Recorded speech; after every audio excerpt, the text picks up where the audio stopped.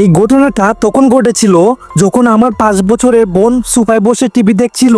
তখনই জানালা দিয়ে কারো একটি ছায়া দেখতে পেল, যেটা দেখে সে মাকে জিজ্ঞেস করলো, বাবা কি বাড়িতে চলে আসছে? মা না বলে যখন জানালার দিকে তাকালো, তখন দেখলো একটা অদ্ভুত মহিলা জানালার পাশে দাঁড়িয়েছিল। মা তাকে সেখান থেকে যাওয়ার জন্য বলে, কিন্তু সে আমার মা এবং বোনকে মারার হুমকি দিতে লাগলো। তারপর তার হাতের চাকু দিয়ে জানালার কাঁচ ভাঙতে শুরু করলো। মা আমার বোনের হাত ধরে দৌড়ে উপরের তলায় নিয়ে গেল, যেখানে আমাদের এক আঙ্কেল ছিল। আমার মা আঙ্কেলকে সবকিছু বলল। পরে আঙ্কেল তাদের হাতে একটা মোবাইল ফোন দিয়ে রুমের দরজা বন্ধ করে দেয়। তারপর তাদের সাথে এরকমটা হবে আমি কখনোই ভাবতে পারিনি। পরে কি হয় সেটা শোনার আগে তোমার ধর্মকে শ্রেষ্ঠ মনে করলে ভিডিওতে লাইক করে সাবস্ক্রাইব করে দিবে, আর না করলে আমি ধরে নিব তোমার ধর্মকে তুমি ভালোবাসো না।